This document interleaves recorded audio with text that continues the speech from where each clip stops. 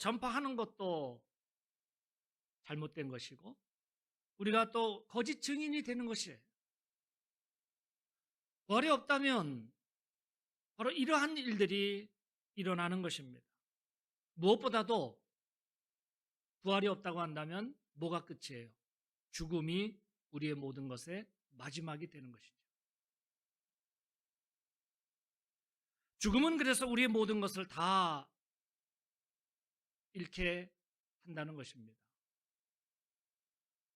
이 세상에 생명으로 존재하는 것은 죽음으로 그 존재를 다 하게 되지요. 아무리 화려한 삶을 살았다 할지라도 그 화려함은 죽음으로 막을 내립니다. 아무리 가난하게 살고 억울하게 살았다 할지라도 그의 가난과 억울함은 죽음으로 다 끝이 납니다. 죽음은 그래서 없는 것이 아니라 우리의 현실이고 실제입니다. 생각으로만 그 죽음이 있는 것도 아니고 저 산 너머 있는 것도 아니고 지금 일어나고 있는 일이 바로 죽음이에요. 실제로 나에게도 일어나는 일인데 그러면 그 죽음이 어떻게 시작이 되었을까?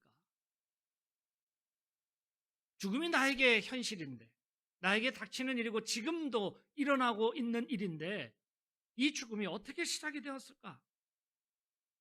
오늘 22절 상반절 말씀에 보면 아담 안에서 모든 것이 죽은 것 같이라고 말씀하고 있어요. 아담 안에서 모든 사람이 죽은 것 같이. 아담 안에서라고 했어요. 이 말씀은 뭔가 하면 아담 안에서라고 하는 이 말은 그 죽음이 바로 죄 때문에 시작이 되었다라고 하는 것을 말씀하고 있는 것이에요. 아담이 행한 일이 뭐예요? 하나님의 말씀에 불순종하는 죄를 지었어요. 하나님과의 약속을 거역하고 파괴하는 죄를 지었어요. 그렇게 함으로 인해서 아담과 하와가 어떻게 했어요? 하나님의 낯을 피하여 숨었다고 그랬어요. 그리고 에덴 동산에서 쫓겨남을 당하여서 죽음이 시작되었습니다. 우리도 죄인으로 이 죄를 사함받지 못하면 죽음에 이르게 되는 것입니다. 그렇기 때문에 나에게 죽음은 실제로 일어나는 현실이 된 것이에요. 그래서 우리가 생명을 가진 자로서 이 땅에 살아가며 그 죽음은 시작된 것이에요. 예수님께서도 인간의 몸을 입고 오셔서 죽음에 이르셨습니다. 그런데 예수님의 죽음은 그 죽음을 이기신 죽음이었다 말할 수 있죠. 왜냐하면 죄로 인하여서 죽은 죽음이 아니었기 때문에 그래요. 그래서 죽음으로 끝이 아니라 다시 살아나시는 부활의 역사를 이루신 것입니다. 이렇게 죽음이 현실인 것처럼 예수님의 부활도 실제이다라고 하는 것이에요. 예수 그리스도는 다시 살아나셨습니다. 그의 죽으심도 실제이고 부활하심도 실제예요. 그의 죽으심으로 인하여서 그 죽으심이 나를 위한 것이고 그의 살아나심도 나를 위한 것이에요. 여러분들 이 말씀을 믿으십니까?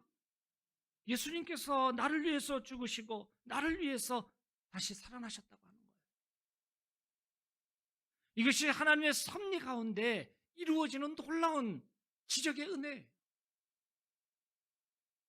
그래서 22절 하반절 말씀에 보면 그리스도 안에서 모든 사람이 삶을 얻으리라 라고 말씀하고 있죠. 아까 죽음에 대해서 처음에 말씀드릴 때 아담 안에서 모든 사람이 죽은 것 같이 라고 했는데 이제는 그리스도 안에서 모든 사람이 삶을 얻으리라고 했어요.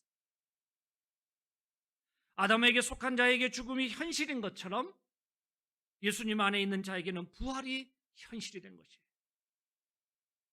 부활의 첫 열매이시며 예수님 안에 속한 자들은 다음 열매들로 부활하게 될 것을 말씀하고 있는 것이에요.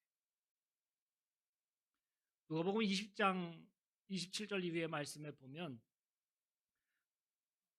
부활이 없다고 주장하는 사두개인들이 예수님께 찾아와 물었습니다. 구약의 결혼법에 보면은 어떤 사람이 아내를 두고 자식이 없이 죽으면 그 동생이 그를 아내로 맞이하여서 형제에서 상속자를 세우게 되는데, 그러면 7형제가 있는데 둘째도 자식이 없이 죽고 셋째도 자식이 없이 죽고, 그렇게 7형제가 다 그렇게 자식이 없이 죽고 그 여자도 그 여인도 죽었으면 부활할 때에 그 중에 누구의 아내가 됩니까? 라고 사두개인들이 예수님께 물었지요. 이 사두개인이 예수님에게 질문한 이것을 생각해 보면, 구약의 율법으로 생각하면 사두개인의 말이 맞는 것 같아요. 궁금해지잖아요. 그 말이 맞네. 정말 어떻게 될까? 예수님의 한마디 말로 예수님께서 하신 말씀을 제가 한마디 말로 표현하면 쓸데없는 생각이다. 쓸데없는 생각이다. 예수님의 대답이 뭐예요? 이 세상에서는 장가도 가고 시집도 가고 그렇게 하지만 부활하여서 주님의 나라에서는 장가가고 시집가는 일이 있다 없다? 없다라고 말씀하셨죠. 없다라고 말씀하시면서 그때는 모두가 다 뭐라고 하셨을까요? 모두가 다 하나님의 자녀라라고 말씀하셨어요.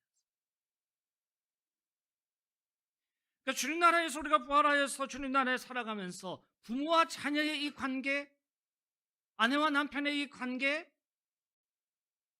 이것이 아니라, 이런 관계가 아니라 우리는 하나님의 자녀로서 우리는 살아가는 것이에요. 우리가 이 땅에서 살아가는 이런 관계들, 이런 상황들을 가지고 이 생각을 가지고 하나님의 나라를 생각하면 안 되는 거예요. 그래서 제가 한마디 표현으로 쓸데없는 생각이다라고 얘기하는 거예요. 오늘 사도계일은 바로 이 쓸데없는 생각을 가지고 예수님을 난처하게 만들려고 했던 거예요. 일부러 난처한 그 질문들을 한 것이에요. 이 사두개인들에게 있어서는 부활을 믿지 않아요. 부활이 없다고 생각하는 것이에요. 오늘 이 예수님께서 하신 이 말씀, 사도개인들의 이 질문을 통하여서 예수님께서 대답하신 그 말씀을 우리가 기억해 보면, 이것은 바로 우리에게 부활에 대한 믿음이 든든한가? 라고 하는 것을 우리에게 묻고 있어요. 부활에 대한 그 믿음이 든든한가? 흔들리지 않는 그 부활 신앙을 가지고 있는가라고 하는 것을 말씀하고 있는 것이에요. 쓸데없는 생각으로 하나님의 나라를 어지럽히고 우리의 영적인 이 거룩함을 헷갈리게 하는 이러한 생각이 아니라, 우리는 그렇기 때문에 주님께서 말씀하시고 우리에게 들려주시고 우리에게 앞에 읽을 수 있도록 기록해 주신 하나님의 말씀으로 돌아가야 된다라고 하는 것이죠. 말씀을 우리가 읽을 때도, 묵상할 때도 사도개인들의 이 질문을 통하여서 정말 그러면 어떡할까? 이것이 아니라 주님께서 대답하신 그 말씀을 우리가 볼 수 있고 그것을 묵상할 수 있어야 되는 것이에요. 오늘 이 질문을 한 사두개인들은 부활이 없다고 주장하는 사람들이에요. 어떻게 하면 예수님을 난처하게 만들까? 오늘 그러면서 부활을 믿지 않는 자들이라 말씀하고 있어요. 부활신앙은 이렇게 여러 가지로 유혹을 받아요. 공격을 받아요. 우리가 부활신앙을 가지고 있는데 많은 유혹들이 있을 거예요. 이렇게 사두개인처럼 이러한 질문을 통해서 정말 그런 거 아닌가? 쓸데없는 생각을 하게 하는 거예요. 우리 기독교 신앙에 있어서 부활은 절대적인 약속이기에 어떤 유혹과 공격에도 흔들리지 않아야 될 줄 믿습니다. 내가 지금 살아있기 때문에 죽음이 남의 일처럼 보이지만 그러나 나에게도 죽음이 닥칠 것을 우리는 확실하게 알고 있죠. 나도 죽음에 이를 것이다. 오늘 그런 것처럼, 그 확신을 갖는 것처럼 믿는 자의 부활도 분명히 있음을 믿고, 우리에게는 부활에 주님이 함께 하신다는 이 사실로 말미암아 날마다 승리하는 삶이 될 수 있기를 원합니다. 예수님의 부활이 우리에게 약속하고 보증하는 바가 되었는데, 예수님의 이 부활을 통하여서 알려주시는 두 가지가 있습니다. 하나는 현재의 부활이 있다. 그리고 또 하나는 미래의 부활이 있다. 현재의 부활이라고 하는 것은 바로 구원받은 자의 삶을 살아가는 것입니다. 우리가 이 부활 신앙을 가지고 우리가 이 땅에서 육신의 몸을 가지고 있을 때에 여기에서 우리가 그 구원받은 자의 삶을 살아가는 것, 이것이 바로 현재의 부활이라 말씀하시는 거예요. 우리 20절 말씀 한번 같이 읽으실까요? 20절 함께 했습니다. 그러나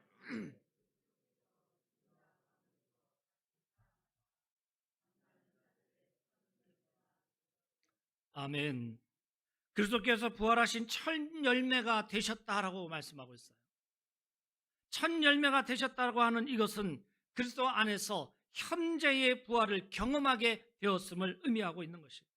대부분 사람들은 부활을 육체적인 죽음 이후에 경험하게 될 종말에 일어날 일이라고 생각을 합니다. 물론 그리스도인들은 죽음 이후에 부활을 경험하게 될 것이고, 그리고 주님이 다시 오시면 일어나는 하나님의 섭리이죠.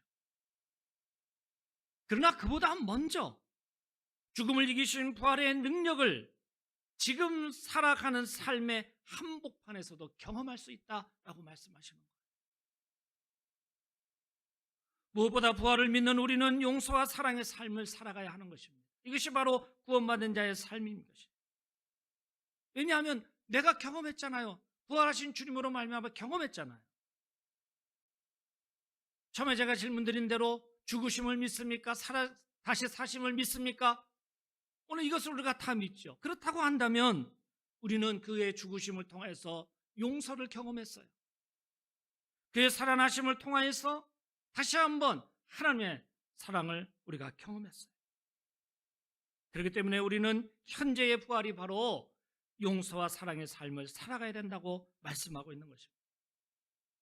예수님의 부활을 경험한 제자들은 그전과는 완전히 다른 사람들이 되었죠. 베드로를 한번 기억해 보세요. 고통당하시는 예수님을 멀찌감치 떨어져서 모른다고 부인하기도 했어요. 절대 나는 모른다 부정하면서 저주까지 했던 베드로예요. 그러나 부활하신 주님의 용서를 경험한 후에 모든 사람들을 향하여서 자신의 그 사랑받은 것을, 용서받은 것을 나누어 주고 악을 악으로 갚는 대신에 복을 빌어주는 그러한 삶으로 변화되었어요. 제자 요한을 우리가 생각해 보세요. 그 제자 요한은 많은 사람들에게 무시당하는 것을 참지 못해서 쉽게 분노하던 사람이었어요. 그러나 그 요한 역시 형제를 사랑하지 않는 자는 하나님을 모르는 자라고 가르치면서 열렬한 사랑의 사도가 되었죠. 그들은 살아있는 동안에 부활하신 예수님과 동행하면서 주님이 보여주신 그 본을, 그 뒤를 따라서 용서와 사랑의 삶을 살았어요. 그리고 순교하는 삶을 살았어요. 우리도 용서와 사랑을 실천한다면 주님의 부활에 현재적으로 동참하는 신앙이 되는 것입니다. 이것이야말로 주님이 죽음의 권세를 깨뜨리시고 부활하셔서 우리에게 주시고자 하셨던 참된 영생의 모습일 것입니다. 현재의 부활이 있으면 또 어떤 부활이 있다고 그랬습니까?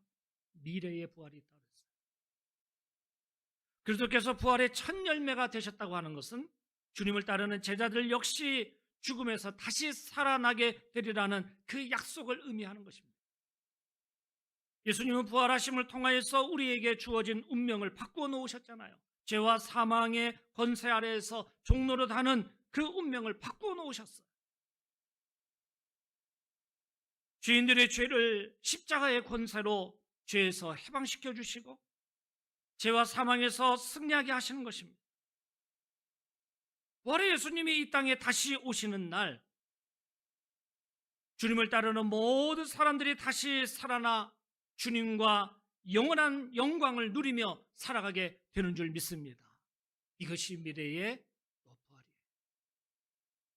23절 말씀 같이 읽으실까요? 23절.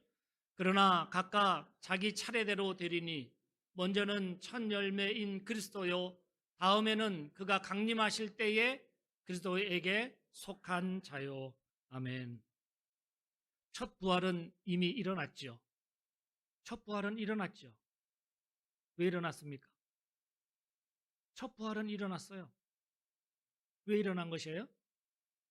그리스도께서 부활하셨어요. 예수님이 부활하셨으니까 첫 열매인 그리스도께서 부활하시고 첫 부활은 일어났어요. 일어난 일이에요. 그러면 다음 부활은 언제라고 말씀하고 있어요? 그가 강림하실 때, 예수님이 강림하실 때, 이 땅에 다시 오실 때, 그때의 부활이 일어난다고 하는 것이에요. 다음 부활이 일어난다고 하는 것이에요. 이 말씀을 잘 여러분들 묵상해 보세요. 첫 부활은 이미 일어났지요. 우리는 그래서 오늘 부활의 새벽부터 또 아침 이렇게 맞이하여서 우리가 하나님을 예배하고 찬양하는 것이에요. 부활하신 그 주님을 찬양. 첫 부활은 이미 일어났어요. 그리고 그 다음에는 그가 강림하실 때, 그 부활하신 주님께서 승천하셔서 우리에게 다시 오신다 말씀하셨어요. 영광과 권위를 가지고 임하실 주님이 다시 오시는 그날에 이루어진다라고 하는 사실이에요. 그때까지 우리는 어떤 믿음을 가지고, 현재의 믿음, 그 부활의 믿음을 가지고 우리는 주님 오실 때까지 살아가는 거예요. 그러면 누가 그때의 부활에 참여하게 된다고 했습니까? 누가? 그렇죠. 그리스도에게 속한 자.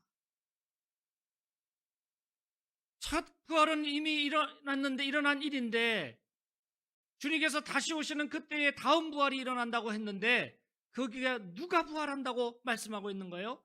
그리스도에게 속한 자가 바로 부활에 참여하게 된다고 말씀하고 있어요. 우리가 다 그리스도에게 속한 자로 살아갈 수 있기를 주의 이름으로 축원합니다. 우리에게는 예수님의 부활로서 보증하신 영원한 생명이 약속되어 있어요. 우리는 이 소망을 가지고 끝까지 그리스도 안에 속한 자로 믿음을 지켜야 될 줄 믿습니다. 오늘 이 15장 23절 이 한 절만 여러분들이 기억해도 이 부활 신앙이 무엇인가, 그리고 어떻게 이루어지는가 하는 것을 분명하게 우리에게 알려주는 말씀이에요. 그리고 우리가 부활을 확신하며 주님을 향한 그 뜨거운 마음과 헌신과 충성을 멈추지 않아야 할 것이에요. 우리는 사나 죽으나 주님의 것이라고 그랬어요.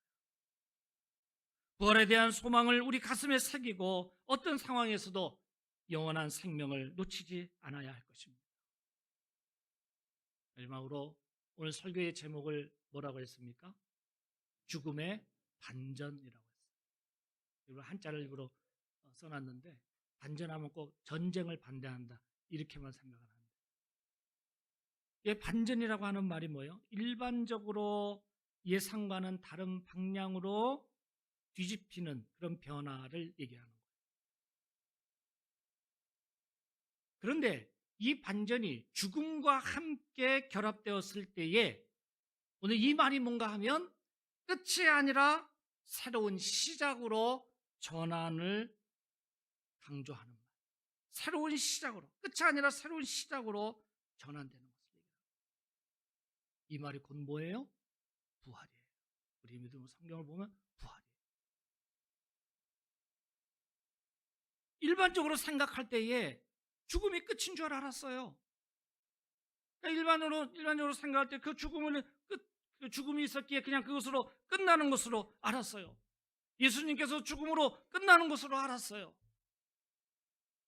그런데 거기에 뭐가 일어났어요? 반전이 일어났잖아요. 왜 그렇습니까? 예수님이 무덤이 없어요. 오늘 새벽에도 그 말씀을 나눴잖아요. 여인들이 예수님의 시신을 사랑하는 마음을 가지고 갔는데 없잖아요. 거기에서 반전이 일어났어요. 그리고 그 부활하셨다는 소식을 듣고 달려가다가 예수님을 만났어요. 평안하냐?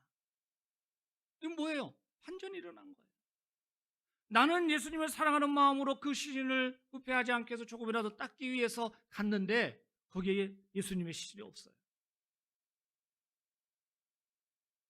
부활하셨기 때문에, 거기서 반전이 일어났기 때문에. 오늘 이것은 바로 그것이 끝이 아니라 새로운 시작임을 알려주고 있습니다. 육신의 몸을 입고 오신 그리스도께서 다시 사심을 통하여서 그 반전을 일으키신 것입니다. 죄와 사망의 권세를 물리치시고 영광스럽게 부활하신 예수 그리스도로 인하여서 우리도 예수님처럼 부활의 몸으로 다시 살아나게 되는 줄 믿습니다. 예수님의 부활을 믿는 사람에게 죄가 더 이상 사망으로 끌어가지 못하도록 하시는 거예요. 사망으로 우리를 끌어가지 못해요. 부활의 주님을 우리가 믿는 자이기 때문에 그 믿는 자에게 있어서는 죄가 더 이상 사망의 자리로 끌고 가지 못해요. 우리는 그 능력을 받고 그 부활의 능력을 가지고 우리는 이것을 이겨나가야 될 줄 믿습니다. 부활하신 그리스도와 함께 영원토록 생명을 누리는 기쁨으로 찬양만이 있고 사랑하는 모습만이 있는 주님 나라의 영광을 바라보며 살아갈 수 있기를 주님의 이름으로 축복합니다. 이 영광을 소망하며 부활하신 주님과 함께 믿음의 길을 걸어가며 부활의 증인들로서 우리가 다 나아갈 수 있기를 주님의 이름으로 간절히 축원합니다. 기도하시겠습니다. 죽음의 모든 권세를 이기시고 다시 사신 주님을 찬양합니다. 우리에게 죽음이 끝인 것으로 알고 죄로 말미암아 이 모든 것이